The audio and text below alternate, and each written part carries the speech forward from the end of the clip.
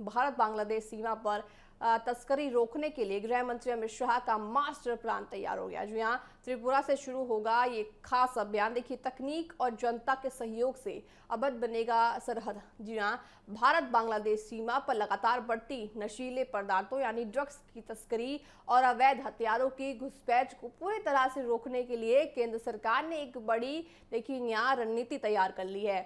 केंद्रीय गृह मंत्री अमित शाह ने इस गंभीर चुनौती से निपटने के लिए न सिर्फ सुरक्षा बलों को हाई अलर्ट पर रखने को कहा है, बल्कि सीमावर्ती इलाकों में रहने वाले आम नागरिकों को भी इस सुरक्षा चक्रव्यूह का हिस्सा बनाने का फैसला कर लिया है। इसी के लिए उन्होंने सीमा से सटे गांवों और क्षेत्रों में रहने वाले लोगों को जागरूक और पूरी तरह से आपको पता है पूरी तरह से जागरूक रहने को कहा है, साथ ही चौकस रहने को कहा है। देखिए, विशेष सर्विल लगाने की कड़े निर्देश भी दिए गए हैं। गृह मंत्री का मानना है कि देश के सीमाएं केवल बाड़ लगाने या सैनिकों के खड़े रहने की सुरक्षित नहीं है, बल्कि इसमें स्थानीय जनता की भागीदारी भी बेहद जरूरी हो जाती है।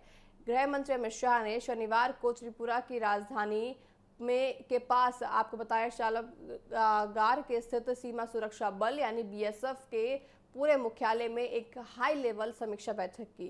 इस बैठक में सीमा सुरक्षा से जुड़े तमाम संवेदनशील मुद्दों पर गहराई से चर्चा हुई। अधिकारियों को निर्देश देते हुए अमित शाह ने कहा कि सीमा सुरक्षा केवल सेना या बीएसएफ की जिम्मेदारी नहीं है, बल्कि पूरे क्षेत्र की एक सामूहिक जिम्मेदारी होती है। इसलिए भारत बांग्लादेश सीमा पर रहने वाले आम लोगों के लिए विशेष पूरी तरह से शिविर लगाए जाने चाहिए।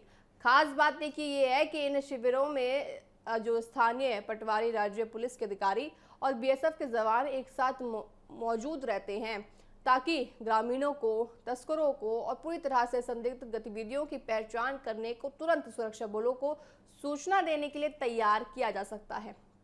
बदलते दौर में अपराधियों और तस्करों से 2 कदम आगे रहने के लिए गृह मंत्री ने आधुनिक तकनीक के इस्तेमाल पर सबसे ज्यादा जोर दिया है। उन्होंने अधिकारियों को आदेश दिया है कि केंद्रीय गृह मंत्रालय का जो सबसे न्याय और आधुनिक सीसीटीवी मॉडल है, उसे सबसे पहले पायलट प्रोजेक्ट के तौर पर त्रिपुरा में लगा दिया जाए। इसके तहत देखिए, सीमा पर लगे बीएसएफ के सभी पुराने कैमरों को हटाकर उन्हें आधुनिक और पूरी तरह से स्मार्ट तकनीक में अपलोड किया जाएगा, साथ ही अपडेट भी किया जाएगा। सबसे महत्वपूर्ण बात यह है कि इन कैमरों का सीधा लिंक आपको बताएं जिला प्रशासन और स्थानीय पुलिस से जुड़ा जाएगा, जिससे जिले के कलेक्टर और एसपी भी अपने दफ्तर में बैठकर सीमा की हर हलचल पर 24 घंटे नजर रख पाएंगे, यानी पैनी नजर वो रख पाएंगे।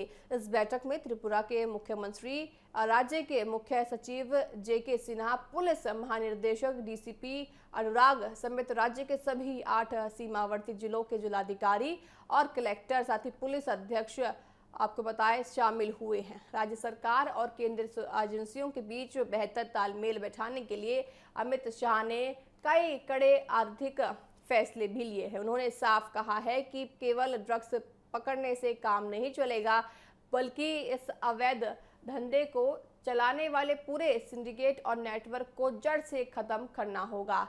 इसके लिए उन्होंने सीमावर्ती जिलों में होने वाले बड़ी वित्तीय गतिविधियों, बैंक के संदिग्ध और लेन देन, अचानक बनने वाली बड़ी इमारतों और बड़े पैमाने पर जमीन पे समर्पित की खरीद बिक्री की गहन जांच करने की आदेश दिए हैं। तस्करी के पैसे से खरीदी जा रही जमीनों का सच सामने लाने के लिए गृह मंत्रालय ने जो ये 5 वर्षों के सभी भूमि रिकॉर्ड की दोबारा जांच करने का बड़ा निर्देश दिया है। देखने वाली बात होगी कि इस निर्देश के बाद जो भी सारे एक्शन लिए गए हैं, आखिर आने वाले समय में वो किस तरह से धरातल पर पूरी रूप से देखिए चलते नजर आएंगे।